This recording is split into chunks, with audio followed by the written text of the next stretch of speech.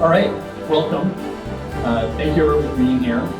My name is Andy Wilkie. I serve as the Director of Business Development and Public Affairs at Greater Mankato Grove. I'm one of the moderators this evening. I'm joined by Steve Jameson as co-moderator. I want to thank Steve and the Mankato Free Press for your partnership with this forum. Welcome. For those who don't know, Greater Mankato Grove is the Chamber of Commerce and Economic Development Organization of Greater Mankato. Our membership includes more than 900 businesses, nonprofits, and public partners. We also operate Visit Mankato, the City Center Partnership, and Green Scene. Our goal is simple tonight. We want to give voters a chance to hear from candidates directly about issues that impact business and the economic vitality of our region. I want to thank you all for attending tonight. I want to thank the Mayo Clinic Health System Event Center team for hosting us. And lastly, I want to thank our good friends at KTV and Bethany Lutheran College. This event is being recorded and will be available online at greatermankatoelections.com. Before I address some housekeeping items, I want to let you know that Greater Mankato Growth will be hosting a total of 7 candidate forums this year.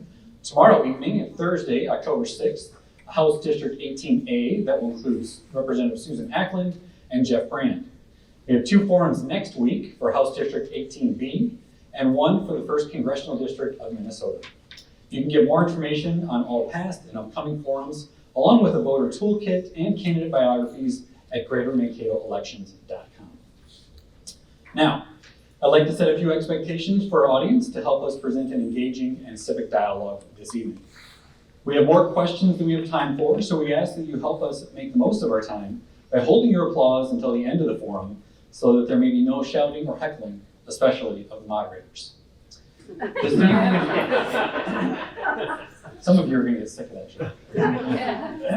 This evening's format is as follows. Each candidate will be asked a question and given 2 to 3 minutes to answer the question. As moderators, we'll be flexible with the time limit. This evening, we're more interested in engaging in robust discussion and getting the candidates' thoughts on issues, so it may take longer in some instances. Any follow-up questions or discussion will be the discretion of the moderators. These questions have been put together by me and Steve, along with input from the Greater Mankato Growth Public Affairs Committee. They have not been shared with the candidates. Lastly, some of you have submitted questions at the table in the back. Liz in the back, or Jessica, please wave. We'll bring those up to me later and we'll ask some of those as time allows. Now, finally, it is my pleasure to introduce the candidates this evening, Nick Frentz and Mark Wright. Please join me in thanking them for joining us this evening.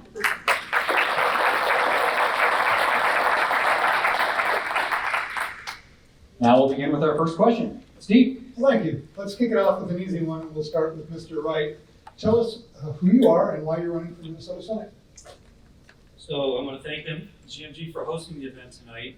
I'm Mark Wright. I'm a resident of North Mankato. I've spent my entire career in the business world.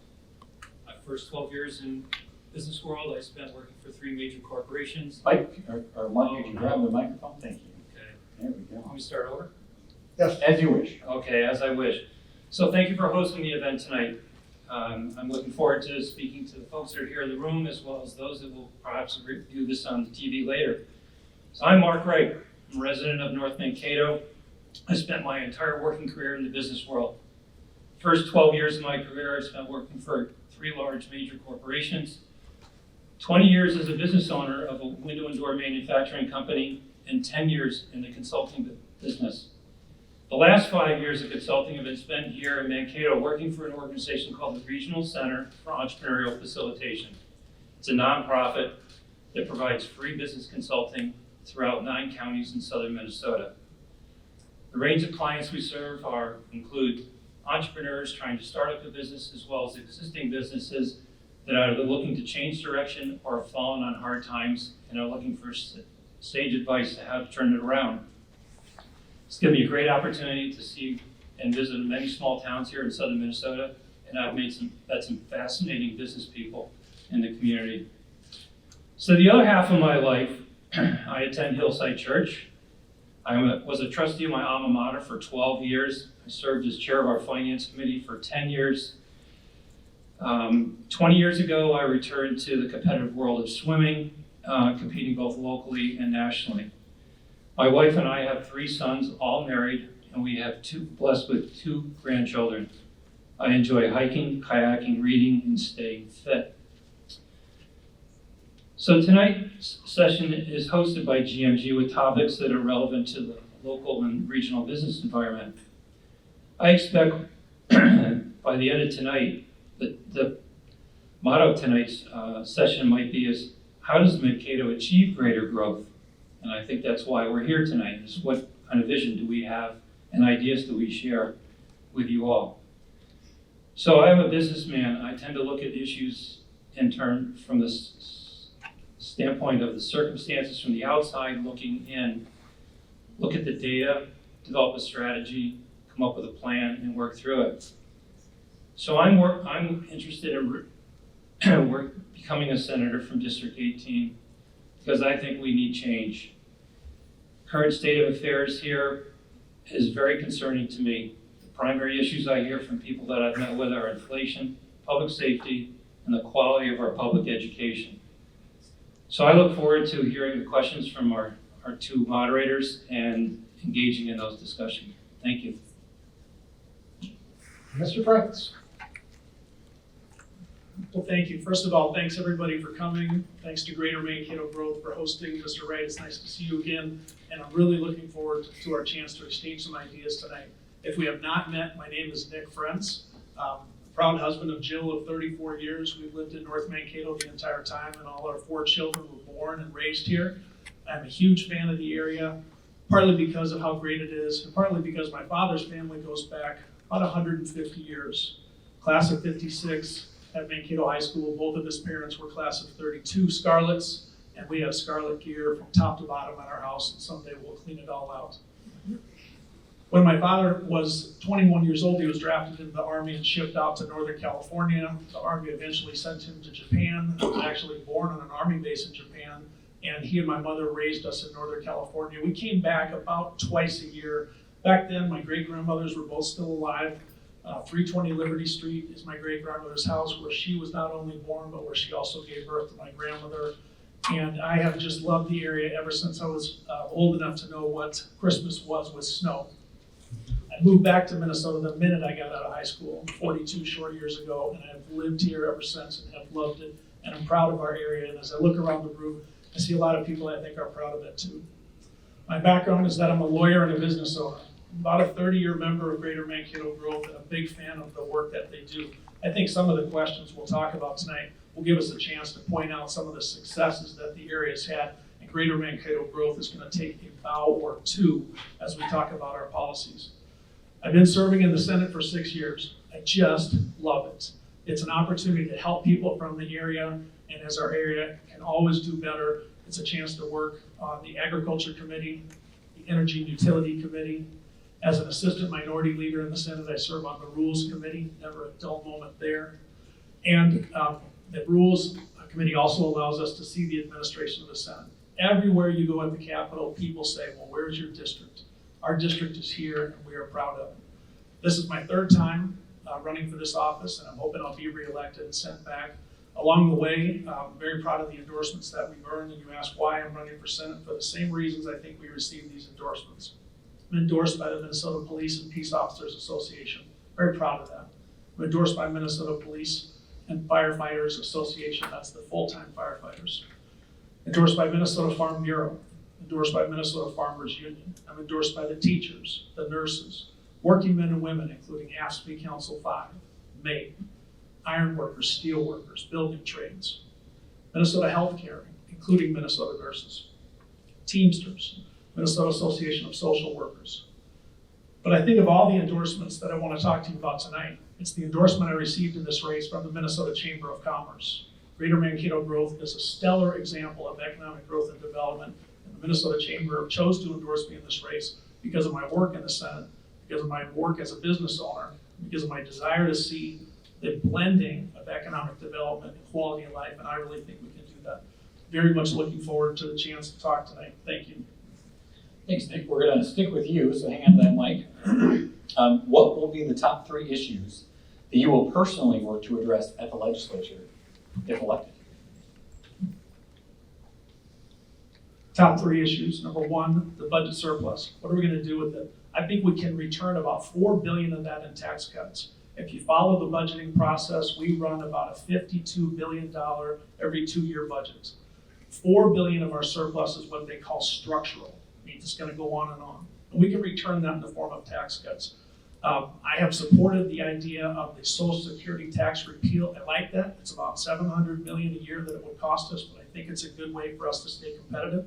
You then have to find $700 million in the budget because, as all of you know, the budget must balance. So number one, the budget surplus.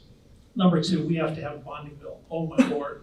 We failed to put together a bonding bill and it undercut our goals so many ways. Just one example is the Mankato water treatment facility. That thing went up in price $20 million. That's your tax dollars, folks, simply because we delayed. And if we don't get a bonding bill and put that thing together, not only does it threaten the ratepayers' ability to get water treatment in a cost-effective fashion, but we run an increasing risk that the thing fails. And let me tell you, if the Mankato water treatment facility dumps some sludge into the Minnesota River, they're gonna come looking for the legislators that failed to pass a bonding bill. Likewise, the projects around the area, Armstrong Hall, Caswell, the security hospital, all of those are important projects. And it's not just the ability to get those projects done, it's the jobs it creates. And by the way, Minnesota was recently upgraded to a AAA bond rating. That means we have a very high credit rating as a state and we can borrow more cheaply. That's a good thing. So number two is the bonding bill. And then in my opinion, we have some targeted needs that I think bear watching. Among them, staffing in long-term care facilities, education of teachers. We can, if we want it to be a priority, put forth resources that will help those things where they need it most. And while there are needs across the spectrum, I think two of those are very important, in particular the crisis in greater Minnesota in assisted living facilities and nursing facilities. They are going to go under, folks, if they cannot staff those facilities. And while many of us are young enough to not need that help right this minute, we may need it soon, and I look forward to that. So those would be my top three. Thank you. Thank you. Mark, top 3 issues for you. I think Nick captured them fairly well. I would suggest to you that the surplus that's been talked about at $12 billion belongs back, and most of that belongs back to the taxpayers. I'm not a big fan of seeing $4 billion put into the rainy day fund. There's already a couple $1 billion in there. I think it's time that we let taxpayers know that we're willing to do our best to make it more affordable to live here. Our income tax rate is the second highest in the country, only behind California. And the most recent data from the IRS, and I'll just give you this statistic, $3.7 billion of taxable income has left Minnesota over the last 4 years. Last year, in the 2020 filing season, $1.2 billion has left the state. I think solving the budget surplus issue and dealing with a tax issue revolves around what do we want the strategy to be for Minnesota? Do we want to shrink or do we want to grow as a state? So first of all, you need to agree on what's the strategy going to be in combining and solving all 3 of these financial riddles. So let's decide on what the strategy is. Are we going to continue to decline? Are we going to try to get even, or are we going to grow? And I think, therefore, when you look at all 3, you need to look at all 3 of these. The big issue I see in the bonding bill is going to be inflation. Nick just pointed out the increased cost in the water treatment plant alone.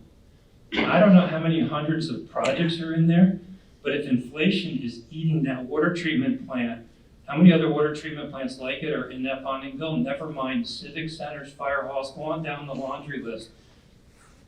Construction inflation is huge right now. So we're going to need a creative approach. If we're going to lock in on the dollar amount, what's the process going to be to reduce that or cut projects out? Or do we bite the bullet and say, we need to take that number up? And then how are we going to afford it? 6 years ago, our state budget was $43 billion. It's at $52 billion now.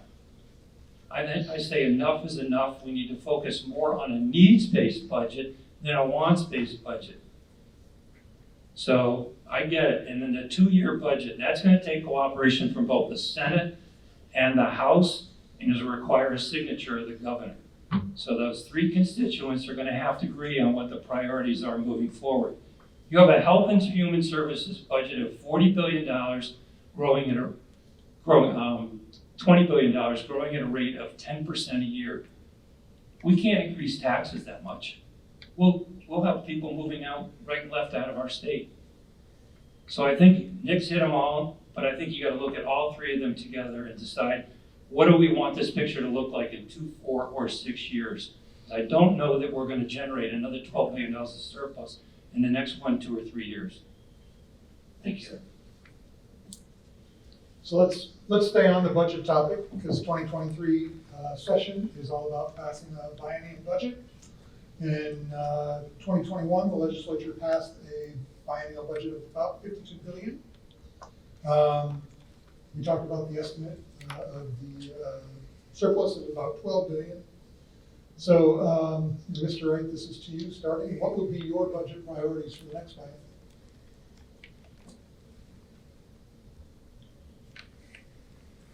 So there are 3 issues that I think most of the voters in Minnesota are concerned about. One is inflation.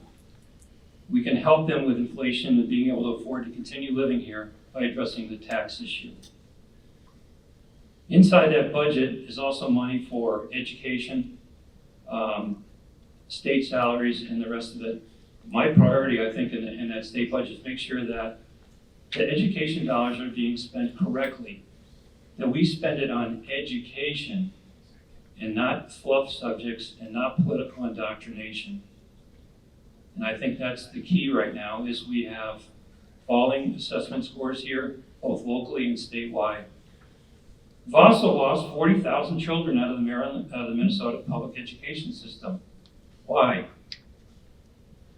And does that mean, shouldn't we be also reducing the budget perhaps by that amount? That's a loaded question. And I'm not going to go there.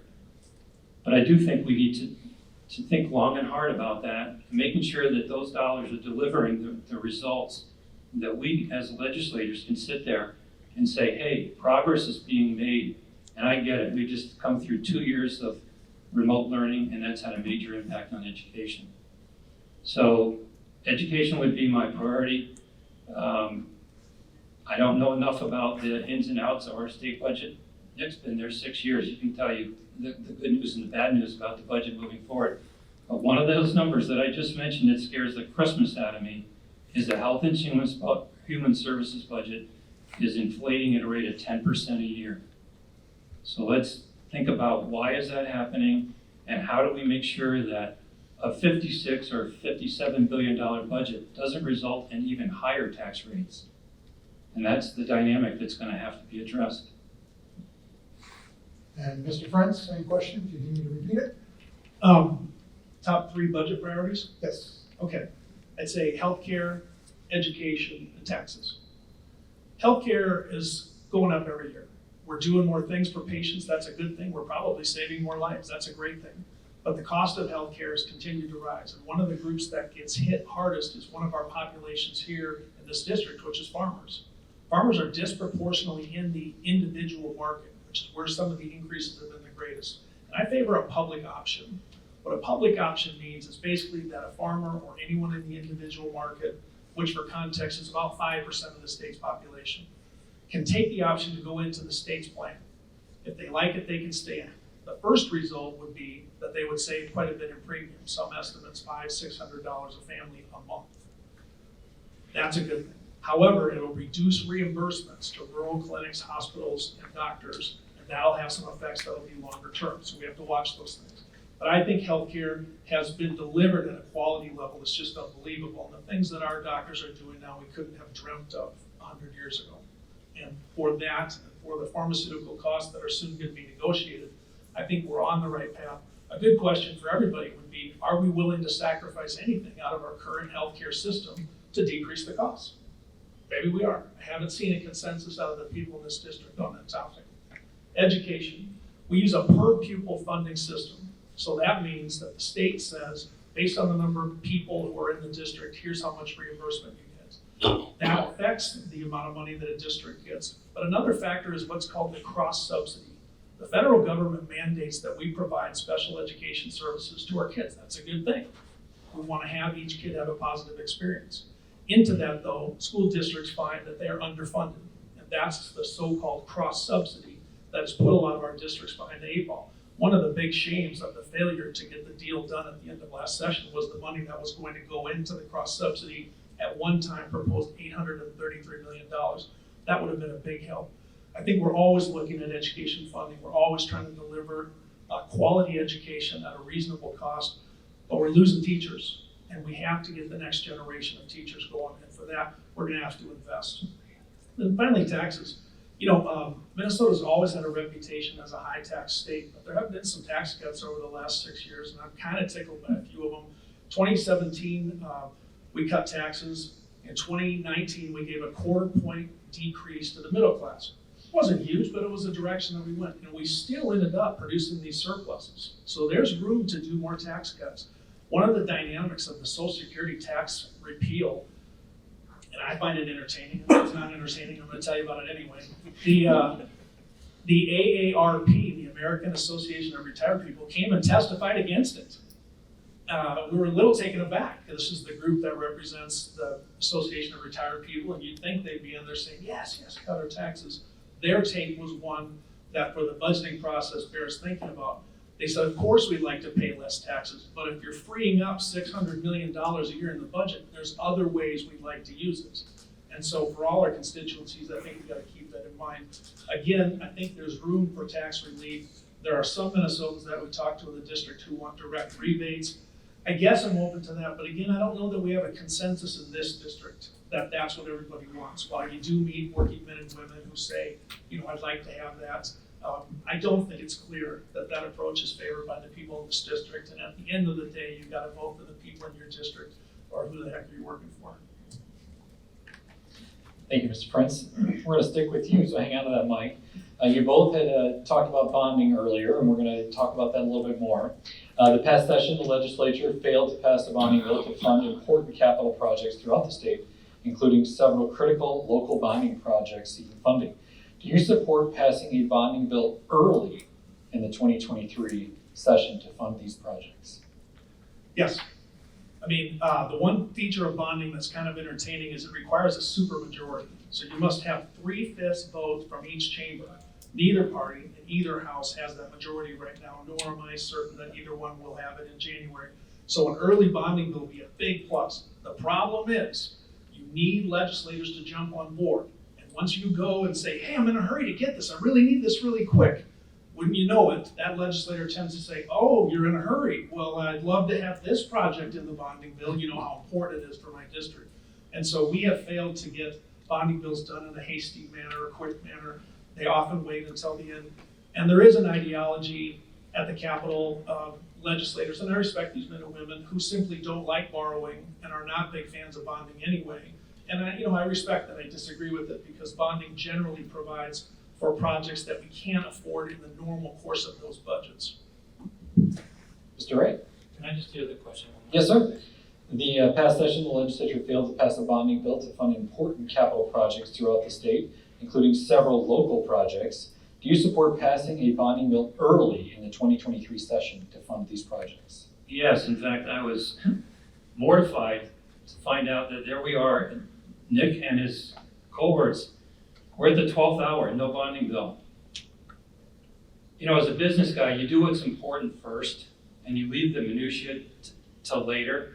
That's a strategy in terms of managing your business and running a business. I would have said, nobody leaves the legislature till we have a bonding bill. Nobody's going home this weekend. I wouldn't have cared what the rules would have been. Lock them up and find a way to get agreement and compromise to get that bonding bill through. I can tell you the bill we're going to look at, the tab, just keep all the projects the same. As for the new bid numbers, is going to be at least 20 or 30% higher. That's not going to be a comfortable number for everybody. But you know what? Had it gotten done last year, the interest rate on that would have been half of what it's going to be this January. And that's the lesson that everybody that was in the legislature last time ought to learn. That make it a priority the first week. Nobody goes home until we have a bonding bill. And that's going to mean compromise on both sides of the aisle, both in the Senate and the House, and we're going to need the governor to put his signature on it. Thank you. And Mr. Wright, let's go to transportation. So Minnesota's transportation infrastructure faces funding challenges at all levels, including a significant shortfall in state highway funding over the next 20 years. This past session, efforts were made to dedicate 100% of the auto parts sales tax collections to transportation, which would effectively double the allocation from 150 million to 30 million. 300. Or 300 million, thank you. Do you support dedicating 100% of auto parts sales tax to transportation? Or what other funding solutions would you support? So the better ideas in terms of the specifics of how you increase the amount of money available for that, it's going to come from Mr. Friends because he's intimately familiar with that. But since you suggested the auto parts sales tax, why not? In fact, what else is available? The other question I guess I would ask is, where does the gasoline tax go? And is 100% of that going where it was originally deemed to go? Or over years, has that been sliced and diced in small ways and been siphoned off that, maybe somebody said, oh, we need to take care of paving, high school parking lots. So money's now been taken away from that. So let's audit where the money should have been going and make sure that that's where it's been going. And that would be an interesting study to see very quickly as to an audit of that gasoline tax.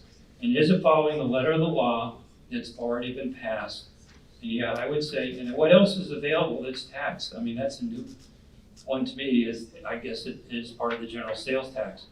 So why not take the sales tax on automobiles? I mean, you want to make it a big pot of money? Do auto sales. That'll be just wonderful. So yeah, I'm in favor of yes, doing that. Mr. Frantz?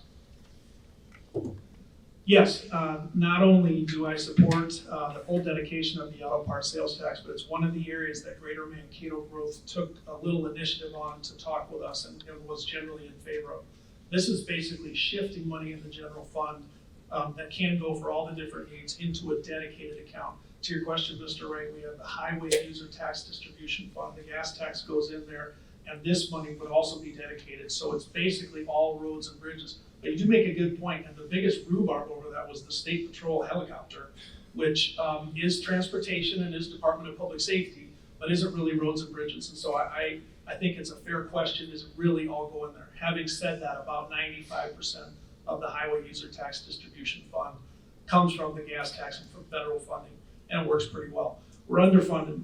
The American Society of Civil Engineers gave us a D+, I think it was, on roads and a C- on bridges. Greater Mankato Growth was a part of the Highway 14 partnership. We're just fighting over that for the last 40 years. Here's what I'd say. A gas tax is an answer. I've always been open-minded to it. Minnesota Corn, the Highway 14 partnership survey, Greater Mankato Growth did a survey. Some people think that's the way to do it. It is a user tax, and it also allows us to capture revenue from people who come into the state and use our roads that maybe live somewhere else. But it has an impact on some citizens more than others. Not everybody likes it. We want to be careful not to impact those that have the least, so that that's not something everybody likes. Quick flag too, because we're watching the increase in sales in electric vehicles. Maybe we'll talk about that. And right now, of course, electric vehicles pay 0.0 cents per mile in gasoline tax. And if we're going to transition there has to be an annual fee or a vehicle mileage tax or something that allows those electric vehicles, which by the way do the same amount of damage to the roads as internal combustion vehicles, to pay their fair share. I've seen estimates in my work on the Transportation Committee, $275 a year, $300 a year at current prices is the EV share of the damage they do if they drive an average of 7,500 miles a year, give or take. Thank you, Mr. Frantz. We're going to continue and talk about economic development. So transportation is one of those core infrastructure pieces, but economic development, we're going to continue that a little further. In your view, what is the role of the legislature in supporting business vitality and economic development? What specific steps or programs would you support to grow business and jobs in Minnesota? That's for me. Yes, sir. Well, a couple of things that we've already talked about, and here again, I think Greater Mankato Growth's got to take a little bit of a bow. Tax competitiveness. So we want to have an environment where the businesses are like, okay, these taxes are reasonable, we can make a profit. And just a quick tip of the cap, as many of you know, during the pandemic, we depleted our unemployment insurance trust fund $2.7 billion. And our businesses were looking under law at having that be added to their unemployment taxes. That would have been exactly the wrong direction to take businesses. Greater Mankato Growth and the Minnesota Chamber were strident advocates to have the budget fully replenished. In other words, to take general fund dollars, and $2.7 billion is a lot of money, and make that up. And I'm proud to say that in my caucus, I was a strident advocate for that, and we eventually got it done.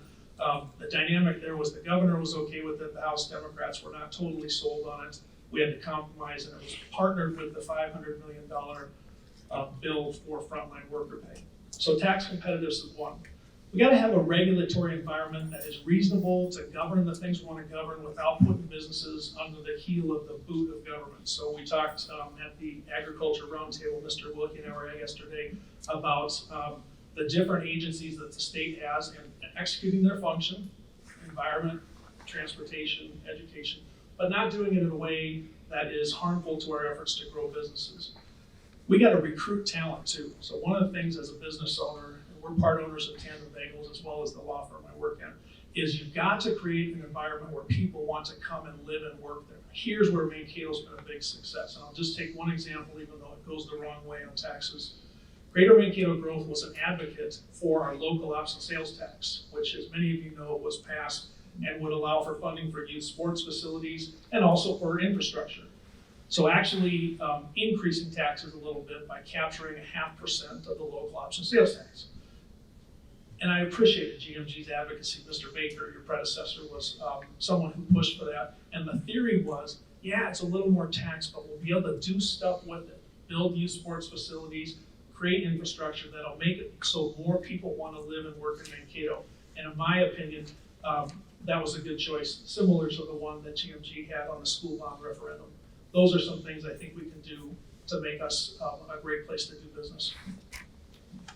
Mr. Wright, I'll repeat it. In your view, what is the role of the legislature in supporting business vitality and economic development? What specific steps or programs would you support to grow business and jobs in Minnesota? It's an interesting question, because now you want to mix private enterprise with government and oversight. And most businessmen will tell you the best thing the government can do is leave them alone, is back off the regulations and what have you. In terms of economic growth, we're at an interesting crossroads right now. And here's what we have. How many of you all seen help wanted signs? There are dozens of them around Mankato, throughout Minnesota, the Twin Cities, and everywhere you travel. And it's not unique to Minnesota. So if you're going to have economic growth, you need people to work. We can't create those out of thin air. But I will share with you an interesting statistic. We have the lowest unemployment rate that Minnesota's probably seen. Nick can tell me. Lowest unemployment rate in how many years, Nick? Lowest in the nation's history. Our lowest nation. You know what that doesn't tell you? 80,000 people left the Minnesota workforce, both as employed and unemployed people, in the last 3 years. If Mankato just got 1% of those 80,000, we'd have 800 more people working here in Mankato, and I wonder how many help wanted signs would come down. I don't know why they left, but there was a lot of money given out, and a lot of people took unemployment and may have just given up over the rules on masking and vaccines and the rest of it. But there's 80,000 people that have permanently left our workforce and may not come back. So economic growth, I will give you an interesting idea that I've had an opportunity in my career to take advantage of. I don't believe Minnesota allows small businesses to take advantage of our public bonding rate, which means they can borrow money at a much lower rate than we can in the commercial market. There are some states that allow businesses who are going to accomplish growth to borrow money through the state bonding agency.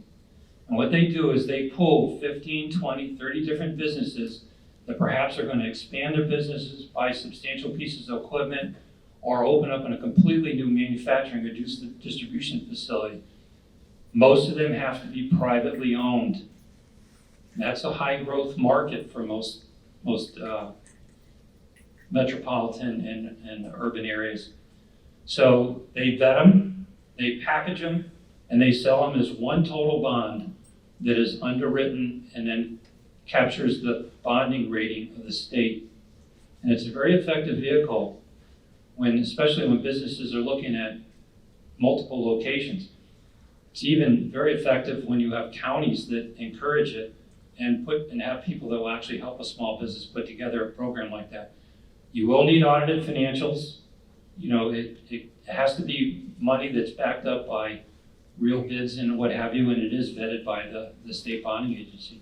But that's an interesting and creative idea. I don't know if there are laws or what have you that prohibit it in Minnesota, but it is done in other states. Our biggest issue is people. So I ask, how many of our graduates at the U of M or MSU are staying here in Minnesota? What's that percentage or what's that number? So let's just assume that it's 50%. Well, where are the other 50%? What does it take to entice them to remain here in Minnesota? And if it's even 10%, with as great a reputation as the University of Minnesota has, why are they leaving at all? They've just spent 4 years here. They've got to enjoy our quality of life and living in the cities. So those are some interesting questions I ask relative to economic growth. Thank you, sir. So let's stay on that talent and workforce topic. And Mr. Wright, we'll start with you. As we talk about employees are struggling more than ever, or employers are struggling more than ever to hire employees. And with an aging workforce and an aging population in Minnesota, there are fewer people working. So what sort of key strategies does Minnesota have to do to find our workforce now and into the future? And what other workforce issues do you see need to be addressed given our current economy? You know, that's a loaded question, because as I mentioned earlier, there are help wanted signs across America. So we're competing for people. Sioux Falls is competing for people. Chicago, New York, Baltimore, take your pick. Everybody's competing for help at this point. So if we can't grow them domestically, then maybe we have to find creative ways to look for them outside of the United States. And I don't know that this is the answer, but I think we ought to have a better immigration program that allows them to come into this country, and then we help them find work here, that they enter the country legally. We keep track of them, make them good tax-paying citizens, and offer them jobs. So it's a really tough problem. The easy answer to that would be, from a business point of view sometimes, would be is you better raise the wages, or you find ways to make it more attractive for them to work. And I, again, repeat my question. If we're losing so much as 10 or 20% of our graduates at a University of Minnesota and our state university system, there's a golden opportunity to find out how do we keep them here.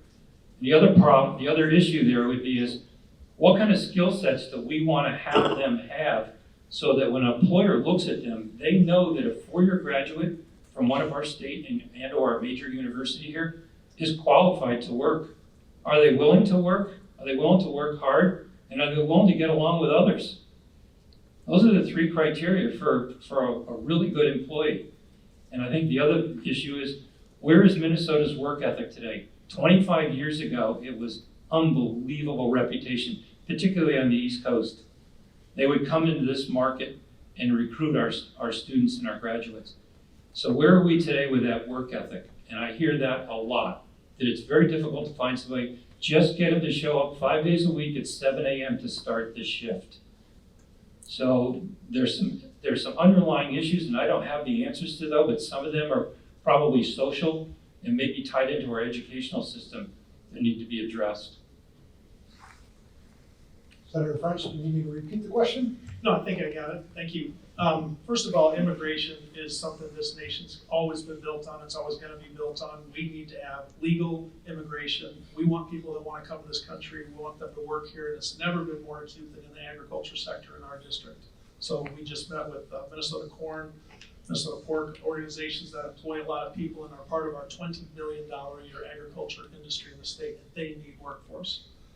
This is a problem partly of our own making, because as many of you know, 20 years ago, the birth rate went way down. So wouldn't you know it, 20 years later, we have less workers. The state of Minnesota, though, has grown faster in the last 10 years than the average state. The census came out recently and said that our growth rate was 7.4% over the previous decade. That's actually slightly higher than the national average, and better than all our neighbors. And I think one of the reasons is the other issues that have to do with why people want to come to Minnesota: the quality of life, the natural beauty, the education, the childcare. Those are reasons why people want to raise young families here. And frankly, if we have someone who's raised their family here and they want to move to a warmer climate, fill in joke here, I don't know that we want to fight that. I think we want to create an environment where that's an option for people. And if they go to Florida or Texas or Palm Springs and they want to spend some time down there because they want to relax and be warmer, I don't know that I'm against that. And I think the question is, who are we bringing in to be the next generation of Minnesotans? Mankato Public Schools now have 31% communities of color. Demographics tell us that by 2050, the nation as a whole will be a majority people of communities of color, give or take. And I think legal immigration allows us to welcome and be an inclusive state and country. And I think that's been a secret to the Mankato area, frankly. We were up at Minnesota State Mankato today, and that campus is welcoming and inclusive, and it is thriving. See the connection I drew right there. Thank you, Mr. Frantz. We want to stay on that topic of talent and workforce needs. We're going to talk about something that's really near and dear to my heart, that's childcare. I currently have 2 children who are in childcare. Over the past years, there have been a growing concern about the lack of availability of childcare in greater Minnesota especially. Cost is also a major obstacle. It can cost upwards of $12,000 annually for an infant spot in greater Minnesota and nearly $20,000 in the Twin Cities metro. Providers often cite excessive regulation as a barrier to the success of their business. Across the state, childcare is seen as one of the primary obstacles to developing a strong workforce and creating economic growth. What would you do to work, how would you work to address these issues specifically in greater Minnesota? Thank you. Thank you. Well, first of all, you cite a real issue, which is the regulatory environment. If you go back 2 years, 3 years, we had county in-home daycare inspectors who were inconsistently applying our rules. I don't think they had any malice. I don't think they were trying to make life tougher for those in-home providers, but it was done by county. At one time during my service in the Senate, Nicollet County did not even have an inspector. So they were finding inconsistent enforcement of rules. Those rules, of course, are designed primarily for the safety of the children. Fire extinguishers, code violations, that type of thing. So we've got to do better. One of the things I did 4 years ago is sit down with the Department of Human Services and then Representative Considine and just said, what are you guys doing, man? We're hearing all over the place about in-home providers finding this kind of obstacle. It's making it so they don't want to do it. That's hurting us in greater Minnesota, where we have a greater percentage of in-home providers. Centers, by the way, are at roughly the same level. These are the buildings that have 10, 20, 30 children's slots, or beds as they call it. And so DHS, I think, said 2 things to my ear. 1, we know we got to do better. And 2, staffing shortages that caused it to have gaps where county inspector might come from farther away to help out, for example, in Nicollet County. What can the state do? We need to continue to fund the child care grants that have been somewhat of a success here in the Mankato area. You have to take the bite out of the cost for the provider, or they're not going to be able to provide families child care at a reasonable cost. It's especially acute in the most rural of areas. Mankato, being a community of, let's say, 55,000, has the ability to have economies of scale. That's a good thing. That's capitalism. That's our nation. But we simply don't see that in a town of 1,200. And yet we need it more in those towns. So I think there's room for a grant program that takes into account the rural nature of some of these providers. And it has also a feature of rural broadband, which is we're going to have border-to-border rural broadband if we want to have our rural communities thrive, and we do want to have those communities thrive. Thank you. Can you Mr. Wright? just run that by me? Yes, sir. After this? Across our state, child care is seen as one of the primary obstacles to developing a strong workforce and creating economic growth. How would you work to address these issues of child care specifically in greater Minnesota? Childcare is a supply and demand issue, and the other issue that Nick brought up is regulation. And most child care providers will tell you that the regulations are what drive their numbers up and prevent them from taking on more children. It's a very heavily regulated industry. As a parent, you probably want that, but it comes at a cost. When you look at the ratios between caregivers and number of children, and it differs by the 3 or 4 age groups that they take on as children. So the benefit would be to economies of scale would be is can we create a regulatory environment where I bet the largest daycare center in Mankato might be 75, 80 children, okay? What happens if you scale that up to 200? And can you do it effectively? And can we get some regulatory relief that allows them to have a facility that large and then perhaps bring the dollar numbers down that you mentioned at $12,000 or $20,000? So, and I have actually participated in the grant program that Nick talked about. I dealt with 3 child care centers that were interested in applying for the grants that were being administered in Blue Earth County. Of the books that I looked at, first observation, of the 4 child care centers I looked at, only one of them had a budget. The other 3 basically operated out of the checkbook. They set rates and move forward. So I think there's some things that we could do from the state level or even a county level to encourage them to become better business managers. And most child care people would tell you they get into the business. Why? They love kids and they want to take care of them. The problem with that is the flip side of it is it's a business. You're charging $250 a week for a child. That means money is coming in, you have expenses to meet, and you have an overhead. So I think there's some training that could be done to make them better financial managers. I've given some of them some ideas on how to better make sure they collect revenue on time, that they're not billing clients, that money is coming in up front. I won't get into a lot of detail, but there are some things that can be done to improve the occupancy rate, and I'll use that term, similar to what they do in hotels, the occupancy rate of some of the daycare centers. But I think you've got to look at scaling up. And you talk about wages, those are some of the lower paying jobs, not only here in Mankato, but in rural Minnesota. You're talking people that sometimes only make $12 an hour, and they're taking care of 4 infants that need to have diapers changed and need to be fed. And you think about that for a minute. One individual watching over 4, and you're paying them $12 an hour. And I can see why the turnover in that industry is so high. That's probably a job they ought to be paying $30 an hour. But the parents couldn't bear that cost unless you change the ratios. And I get it. Some of the regulations are going to have to back off. But it's a balance now between child care safety and how expensive do you want it to be able to leave your child for 8 or 10 hours a day, 5 days a week, while you go work. Thank you, sir. So childcare was near and dear to Andy's heart. This question is near and dear to mine. I did not plan that. Because I'm not getting any younger. Mr. Wright, Minnesota faces a senior care crisis as baby boomers are retiring in ever-increasing numbers. While at the same time, our senior care network lacks adequate staff and facilities to handle the growth. How should the state address this looming crisis of the aging population?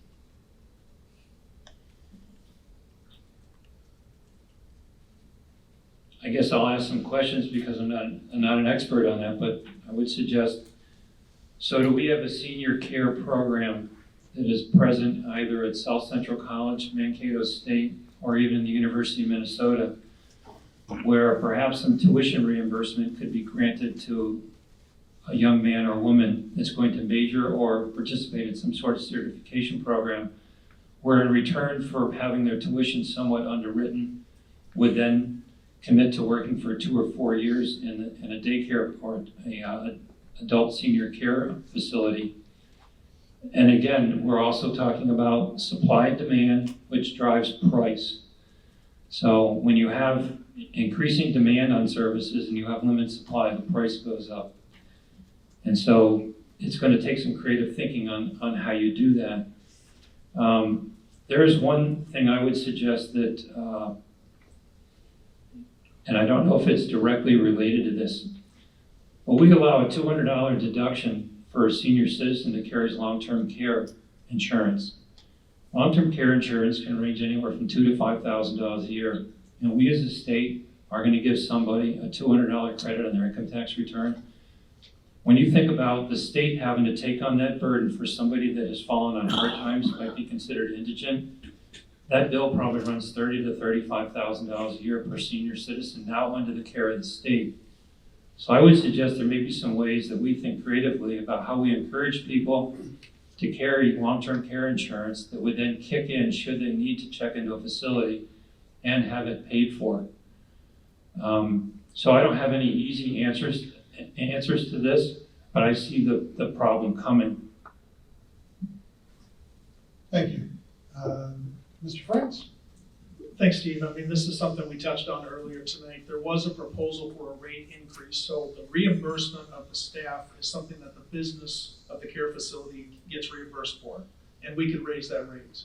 We have the ability, and we had a proposal that was, I thought the Senate version was actually better, that would have increased the rate enough so that those facilities could compete for workforce. That's the most direct way that we can put people to work. And my Senate Republican colleagues had that bill, and I voted for it, and I think that's the first thing we can do, especially at a time of surplus. That will help provide workforce. You know, the other question is, are we going to see this baby boom silver tsunami taper? Is it going to continue to grow? What are our expectations? I'm in my 50s. I know. And I think the question is, do we maintain the same care expectations next year, 5 years from now, 20 years from now, and are we planning for that? And I think that, you know, the demographics, in the same way 20 years ago the birth rate dropped and we're all surprised to find out there's workforce issues. I think we should be asking ourselves, what does it look like if the baby boom ended in 1964? What does it look like in 2040? And what are our needs in long-term care? And are we planning for a permanent change, or are we saying this is a surge, if you will, of the need that we'll later recede? I would also say it has some federal implications too, obviously, for Medicare, you know, and the way we expect to care for older people. This is a bit personal. My mother-in-law is suffering from breast cancer. She's going to move in with us very soon. She's a super nice lady, nice daughter too. There was a time when that's what happened. There was a time when your grandparents would move in with you. And I remember stories of my grandma, my great-grandma along those days. I'm not suggesting that we're going to go back to that. I'm just saying there are some ways to look at this issue that don't involve simply building facilities and paying people a ton of money. You can do other things, and I think we want to make those options as attractive as possible. I will say it's especially large concern here in greater Minnesota, and some friends of mine on the floor of the Senate opined that we would lose 100 rural care facilities if we did not make that rate adjustment. And we've had 3 meetings in my office in the Senate in the last month from facility owners who are saying, hey, we got a crisis here. So I think it's a priority, and that's why I included it in what I thought we might want to make a top priority next session. Thank you, Nick. We're going to stick with you here and talk healthcare. You both had touched on it a little bit earlier, but employers are struggling to keep up with ever-increasing healthcare costs. Minnesota is near the top of the list nationally when it comes to the number of treatments and procedures that policies sold in the state must include, all of which come at a cost.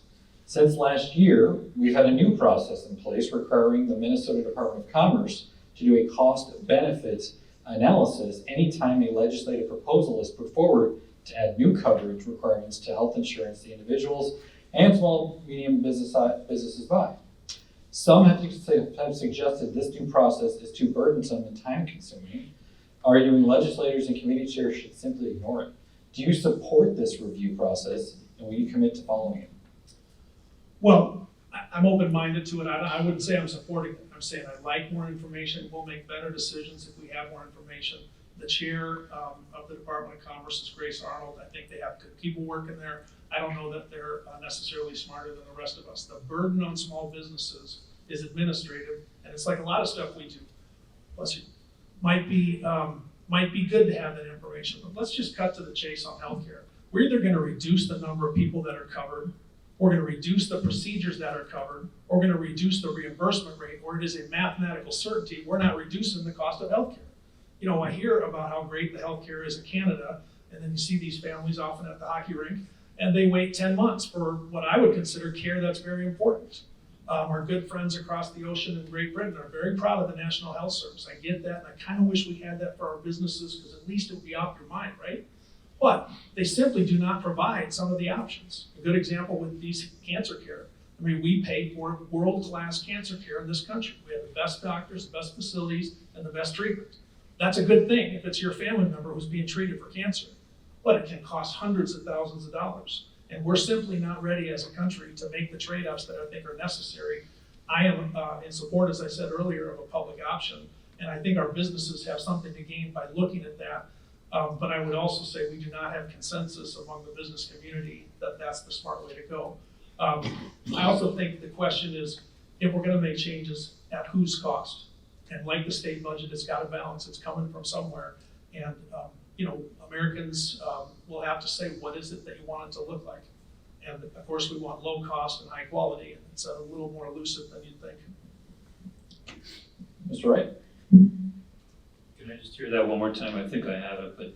Yeah, sure. I'd like So to be clear. It was a pretty long question. it was, so I'll try and paraphrase here, but we've had a new process in place requiring Minnesota Department of Commerce to do a cost-benefit analysis anytime a legislative proposal is put forward to add new coverage requirements in the state. Some have suggested this new process is too burdensome and time-consuming, arguing legislators should ignore it. Do you support this review process, and will you commit to following it? Well, I'm not a sitting legislature, so a lot of that is all news and information to me first time. But I agree with Nick. I think that, you know, more information is often better to work with. As a businessman, I always appreciate more information. But at what point do you reach paralysis by analysis? And can that information come out of that department in a timely manner? The Senate only meets for 5 months, you know? So a bill comes up to address this issue. Are we gonna have the data in hand in the 5 months that we need to deal with how many hundreds of pieces of legislation in front of us? So, yeah, I hear the concern over that, but not being a sitting legislature, I can't tell you whether that helps us make decisions or worse. But as a businessman, I would welcome more information, provided it's provided on time and it's reliable. So one of the misnomers occurred back in the 1990s. It's called the Affordable Care Act. We now pay the price for that. It wasn't affordable. I was a business owner. I had over 60 employees when premiums nearly quadrupled. Family deductibles went from $1,200 to $4,000, and 2 years later, the deductible was $6,000. That was the Affordable Care Act. I think there are features inside the Affordable Care Act that drove rates that high and forced insurers to do that. I don't know as a state we get to buck the federal government, but perhaps there could be some pushback from the state to our federal legislators that this is an issue that needs to be addressed, and if there's an ability to correct that or change some of it, then we ought to perhaps put some pressure on our 2 senators and our congressmen as well. Did you want to address that? I did want to, I think, piggyback on a point that was just made. Neither opposed or in support of, but when we make changes, it has costs. And an example would be Medicare changed not that many years ago to allow a hip replacement surgery, a joint replacement. It was covered under a set of circumstances, allowing it to happen more. Everybody got it done.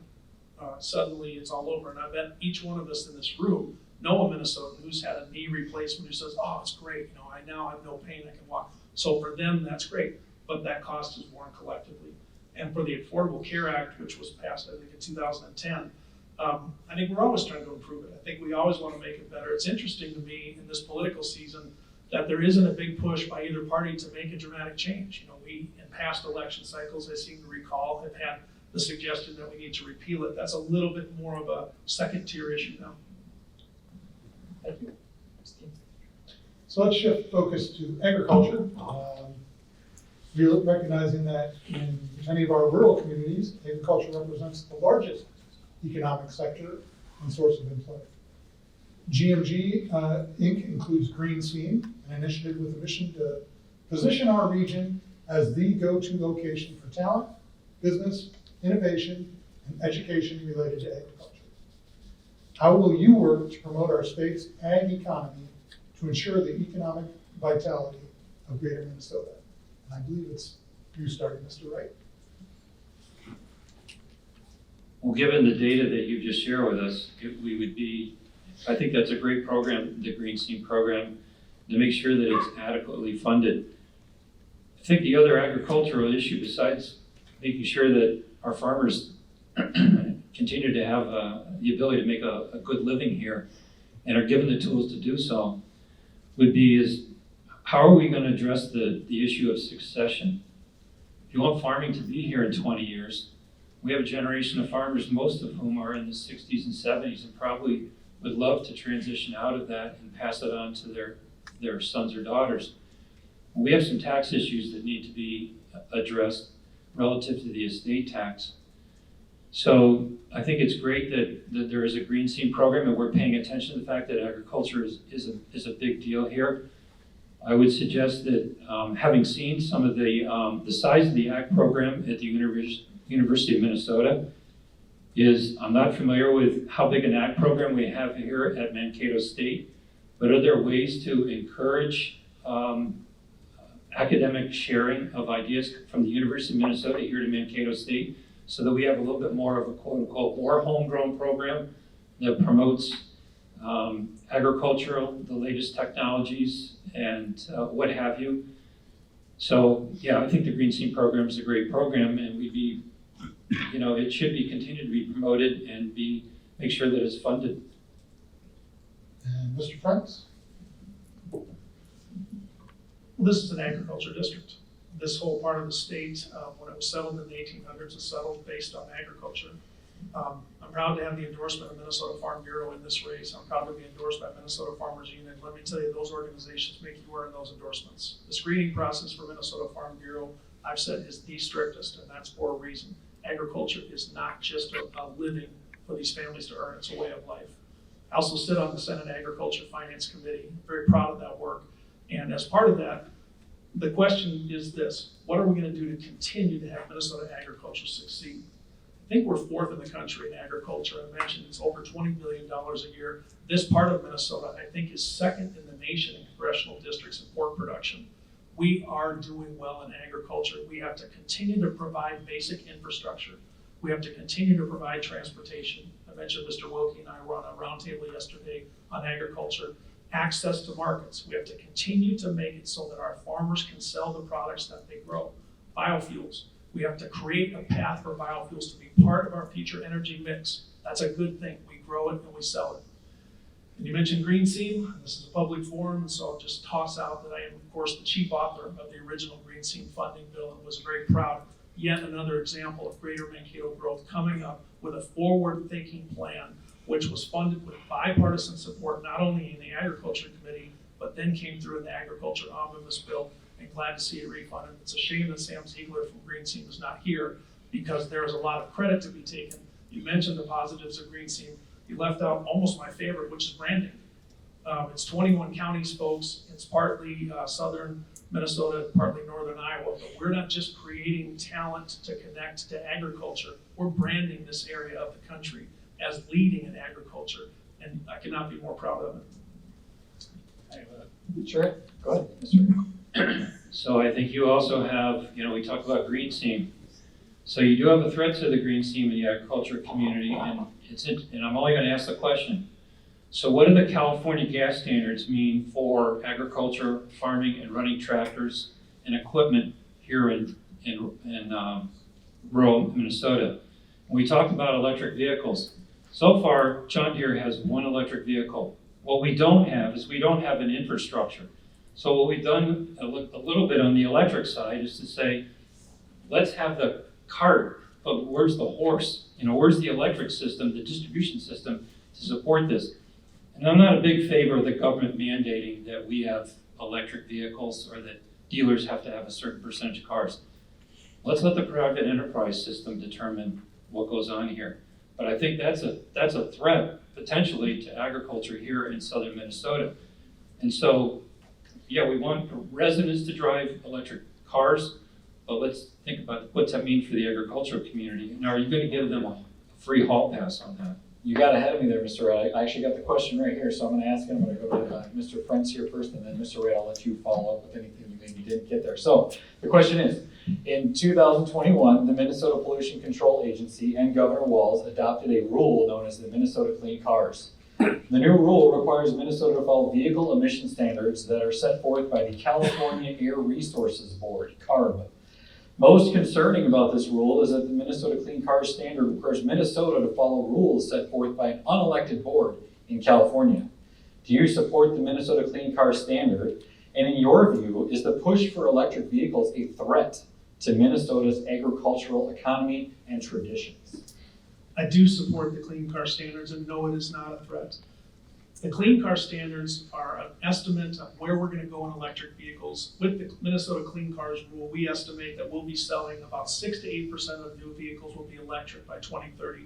Those are estimates. As many of us know, General Motors, small company, Ford Motors, tiny little company, have already said they're going to entirely electric vehicles by 2035. So that's all they're gonna sell.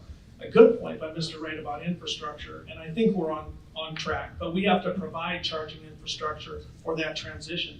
Even under the more recent California proposed change on internal combustion engines, they are only estimating that they'll get to, I think, 10% of new vehicle sales by 2040. In other words, we're decades away from not needing fossil fuels, from not needing biofuels.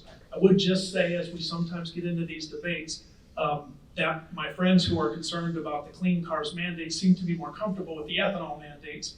And in that, I would just say the government makes decisions for the good of our planet. One of the things that, I can't tell if we're touching on it here, but we may get there, is the question of our need to reduce carbon emissions, climate change. I would say we've got enough evidence that we have to work pretty hard to reduce carbon emissions. We were up at Minnesota State Mankato. I'm telling you, these students are looking at us like, what are you guys doing? You've got to decarbonize. Since I'm not a scientist, since I don't have my high school textbooks with me, I can't tell you exactly what that means, but I can say this. The things that were said to be coming from climate change 20 years ago are happening. I'm sorry about that. I hope to have grandchildren who can get mad at me for that someday. But the predictions about the warming of the planet, the way the warming oceans affect us, the way floods and droughts happen, the way wildfires happen, seem to me to be more or less true. And I'm inclined to be cautious or conservative, if it's okay to use that word, in protecting our planet as we go forward. Mr. Ray, clean cars standard for Minnesota. Again, I really have a great deal of difficulty letting another state control. California's weather isn't even close to what we have here in Minnesota. And a lot of driving in California is done within the cities for commuting. Here, we have a great state. People travel to the north to go to their cabins, take kids to hockey tournaments in Bemidji or all the way up to Duluth. You can't make that trip on one charge. So I'm very concerned about the California gas standards. I've also read where it could increase the cost of gas by 20 to 40 cents a gallon. Does anybody know how much gas went up last night? And you know why it was? It went up 30 cents a gallon literally overnight. You know why it went up? Because OPEC decided to cut back production 1 to 2 million barrels a day. We could have made that up had we not had our president not decided to take away our energy independence. So, an electric infrastructure issue relative to being able to meet the demand for electric vehicles. Just in northern Mankato alone, to put in that new distribution line that was put in was a 3-year process, and that was a short distribution line. But I really object to the way the process was handled. It wasn't vetted by either the Senate or the House, and it might be worth letting the market determine what do we want that to be. If people want to have electric vehicles here in Minnesota, they can buy it. How many people in this room drive an electric vehicle? 3, 4. That's a pretty small number. And it's going to take a long time for the rest of you to get convinced. we should take an electric vehicle. But I'm really concerned that we're letting California set our standards here without robust debate in either the Senate or the House. Thank you, Mr. Wright. We're going to try and hustle here through a couple more questions and get to a couple of audience questions. So, Steve, I think you've got one for us on energy. Yeah, so along those same lines, Minnesotans rely on affordable and consistent energy to power their daily lives. Businesses and market forces are driving changes in the energy industry. Governor Walz recently released his climate action plan. The plan aims to reduce greenhouse gases by 50% by 2030. Please share your thoughts, Mr. Wright, on how you will approach the topic of energy and sustainability at the legislature, and what would be your priorities?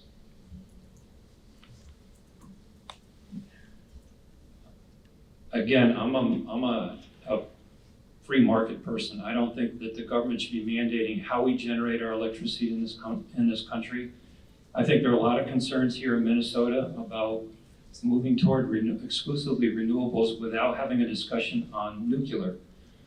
So if you're going to have a renewable energy discussion or sustainable discussion and exclude nuclear, you got a real problem, as the wind doesn't blow 24/7 and the sun doesn't shine 24/7. And there's not one single energy storage building in the entire state of Minnesota. There's not one throughout the Midwest. And yet we want to keep moving toward solar and wind. You got to have a way to store it. Otherwise, when the lights go out and the wind doesn't blow, or the sun goes down and the wind doesn't blow, you got a major problem. So nuclear is going to have to be part of that discussion. And we don't have a nuclear power plant on the drawing board at this point in the regulatory process that we have to go through to do that. But you asked the key word. Minnesotans want sustainable energy. So if that's your strategy, then the sources of generating electricity have to be sustainable. The sun only comes up for the most 12 hours a day. The wind only blows sometimes. That's not my definition of sustainable. Everybody wants to be able to go to the wall and hit the switch and turn the light on, or get the air conditioning to work, or have the heat function. And that means you have to have a better strategy than just chasing down this road of wind and solar. And that concerns me greatly. Senator Friends? Yeah, good question. Probably one that deserves more than the few minutes that we're going to give it here. But we are a member of the Mayo grid. That means we share our energy generation with about an 11-state consortium, and it has to be sustainable and affordable, and glad to report it is. Around the country, they're not really building any more nuclear because it's not cost effective. We have a moratorium in Minnesota, but in states where they don't have a moratorium, they're still not building it because unsubsidized wind power on the whole is cheaper. We still have to have base load, which is a way of saying energy that can be produced immediately, regardless of whether the wind's blowing or the sun's shining. The percentage of that, I would say, is minimal already. I was privileged to meet with the CEO of Xcel Energy. I am the ranking member on the Senate Energy and Utility Finance Committee, so I know a little bit about this. And their take was, on their own Xcel Energy plan, that they can get to about 90% renewable by 2040. If you look at what's called the IRP, the resource plan, that's kind of where they're headed. By the way, they are an investor-owned utility, which means they have a duty to make a profit for their shareholders. So that's about where they're headed. There are some innovations coming in airline fuel, which would be a huge boost for Minnesota farmers, but we'll spare that discussion. Just one quick comment about market forces, Steve and Andy, is that would we consider it reasonable market forces if a company dumped horrible toxic sludge into Lake Erie, if it was legal? Well, no, of course we'd say, no, we can't have that. We have to have some consideration for our environment. Climate change is that same consideration writ large. And we may not have the same weather as California, but we're occupying the same planet. We do need to identify how much decarbonizing we need to do. And I really think we can do it, including American innovation, which has always been a hallmark of our country. We can set these goals and we can get there. Great. Thank you. So we've got a little bit of time here. So we're going to go to a question that we got two, pretty much the same question, and it's related to education. So Nick, we're going to stick with you. Do you favor education savings accounts similar to the ones passed by Arizona legislature and signed into law by their governor? And there's two questions related to As I understand the education savings account, do you mean it the same way as the college savings accounts that are currently allowed at the federal level? The question was not that specific. So Okay, why don't here's you what I run with would, this? here's what I would say. Education savings accounts that help for the right kid to get to the right school are a plus. Where I object is that has a lack of separation of church and state. So we had school voucher legislation come through the Minnesota Senate many times, the House many times. I do not support it for the simple reason that we are asked to provide public education. And if a school voucher system operates like it has in other states, it has two components I don't like. It's a tax break for a student to attend a religious school. I just don't think we want to go down that road. And I don't think the current crop of 0 through 30-year-olds Americans do either. But the second one was probably more striking, and we did not get this information until later. In the states where they've enacted a basic voucher system, over 70% of the students who took advantage of that were already enrolled in the private schools. We should be looking at charter schools as a better use of taxpayer dollars, and we have got to count everybody all in together. I still don't know what they're doing in Arizona, but hopefully that gives you some idea of where I stand. Mr. Wright, to you. On my basic understanding is the Education Saves Account program on Arizona, first of all, it was passed by both legislatures and signed on by the governor. So that's how that happened. It wasn't by some other process, so it was clearly vetted. But it does allow a parent to choose the school it wants to go to. And the Education Savings Account money, it could be used for homeschooling as well as sending a child to private school. I don't know if their constitution, like Minnesota, prohibits, as Nick suggested, the use of public monies to support a religious-based school. I'm not clear as to whether that law was already on the books in Arizona, or whether if it wasn't, that now that parents do have complete freedom of the market to pick to send their child to school. And I would advocate, if you want a better public school education system here in Minnesota, then you better have better competition, and that's how we're going to get it, is with education savings accounts. I would favor education savings accounts that would allow the unused balance to accrue. And if a student is being homeschooled for 10 or 12 years, and the unused balance of that education account comes to $20,000 or $30,000, then allow the parent to apply that toward tuition in a university or college, or even a training school, or a 2-year college, or a vocational school. So that would be my definition of how an education savings account should probably function. But it should be allow the parent to make the choice. And it will cause, you already have 500 students that have left ISD 77. We've lost 40,000 across the state of Minnesota. And where do those 500 children go? They've gone to every Lutheran school, private school, and some of them are being homeschooled. They're not coming back. And my guess is that number may increase. So education savings accounts is one way of getting public education to measure up and deliver what they promise. It's $6,800 just in the state subsidy, and maybe another $1,000 or $2,000 in real estate taxes that come with that child. We need to hold them accountable, and the free market will help do that by an education savings account. Thank you, Mark. So we're running tight on time here, so we're gonna cut right to the chase, and Steve has our final question. All right, so final questions for both of you. As we close, we want to give you each the chance to make your case to voters by answering one simple question. Why should voters vote for you for Senate in District 18? And we'll start with you, Mr. Wright. Well, I can give you one reason why they shouldn't vote for me is I'm unknown. I don't have any experience serving in the Senate. I've never run for political office before in my career. But I'm a businessman that brings a different skill set, as I think you've heard tonight, to the position of Senate or Senator. I have a unique skill set. It says when you're looking at an opportunity or a problem, you gather some data, you develop a strategy, you come up with a plan, and you work the plan. We have 3 dynamics we're going to face this January. Nick and I both agreed on the priorities. You got to have a budget, you got to have a bonding bill, and we got to deal with a surplus. But I don't want to look at those as silos, as 3 separate distinct issues. I want to say, where do we want Minnesota to be at 2 years at the end of that budget cycle and that bonding bill? And are we able to bring to stem the losses of people, the taxable income that's leaving our state? Can we put together a program that says, let's keep Minnesotans here in Minnesota? Yeah, I agree, we have a great quality of life. Those are gifts given to us by Mother Nature. Now we're talking about dollars and cents. We need a solid plan that says this is where we want Minnesota, we want Blue Earth County, we want Nicolet County, we want the city of Mankato to be.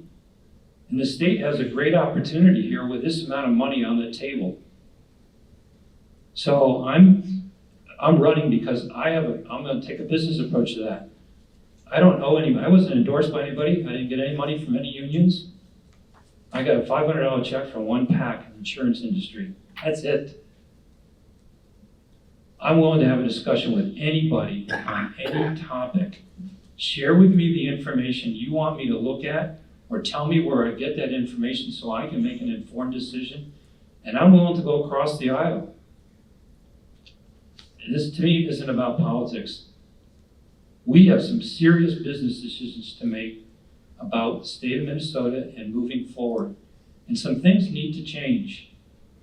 You take a look at Minnesota from the outside, our name on the front page of the New York Times wasn't about our quality of life. It was about a $250 to $480 million fraud issue here. There are articles in the Wall Street Journal talking about the tax migration out of Minnesota. The front page of the national newspapers across the country 2.5 years ago were about not our quality of life.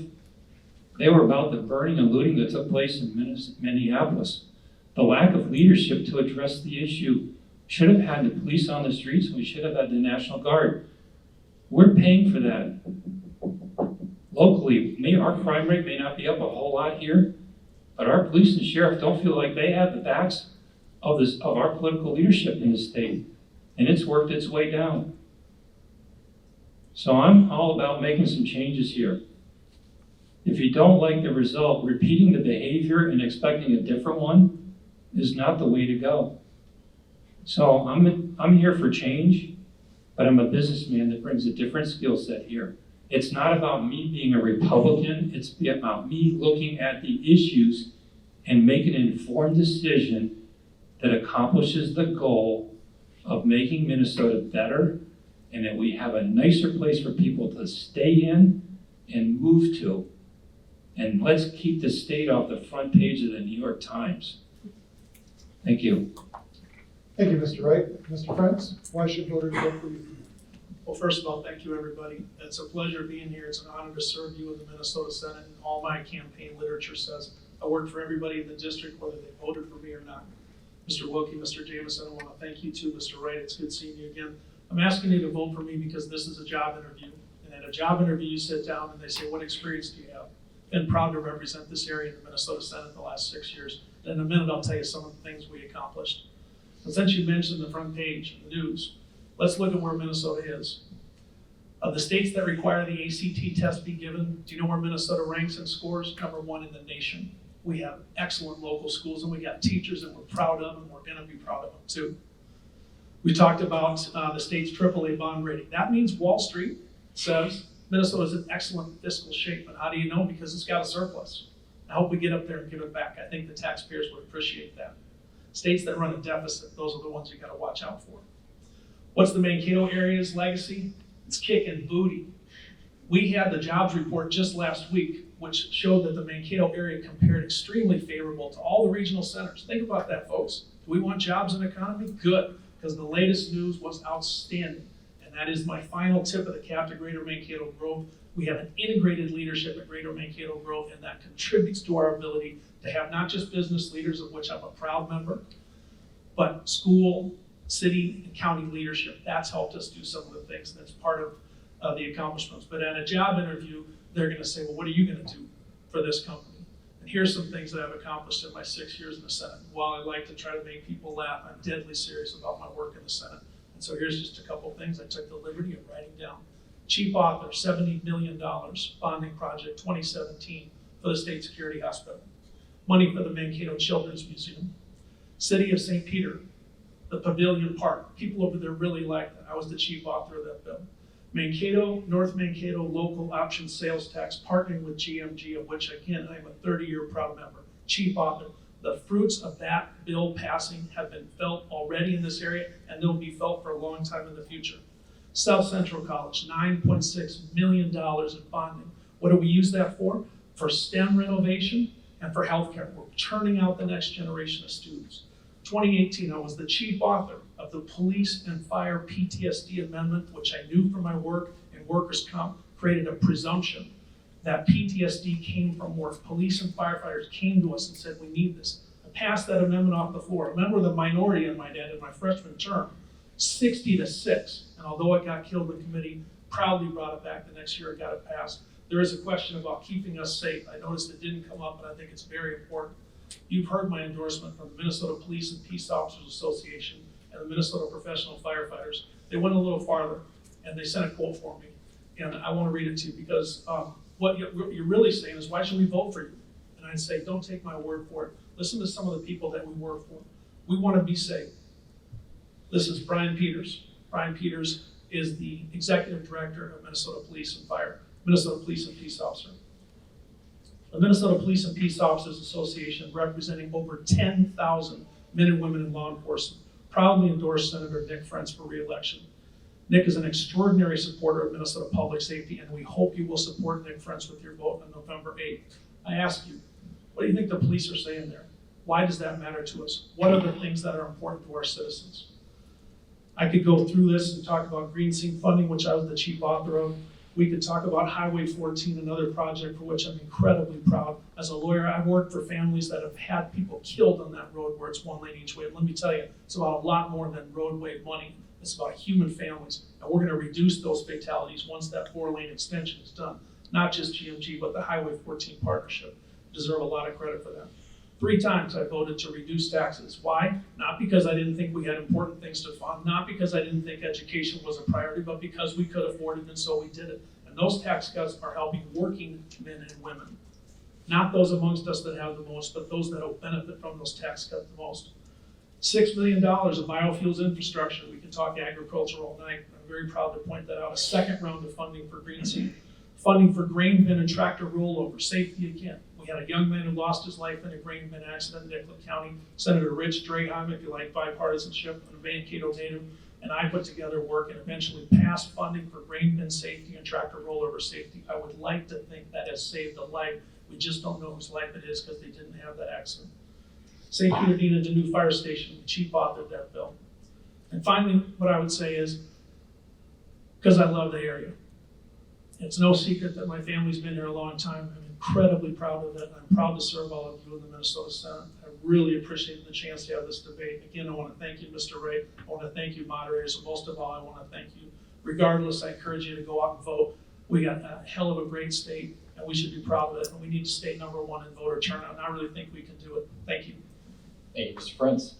Thank you to Mr. Frentz and Mr. Wright for the discussion this evening. We appreciate your willingness to engage with voters this evening and talk about why they should elect you to serve our region in the Minnesota Senate. Please join me in thanking them.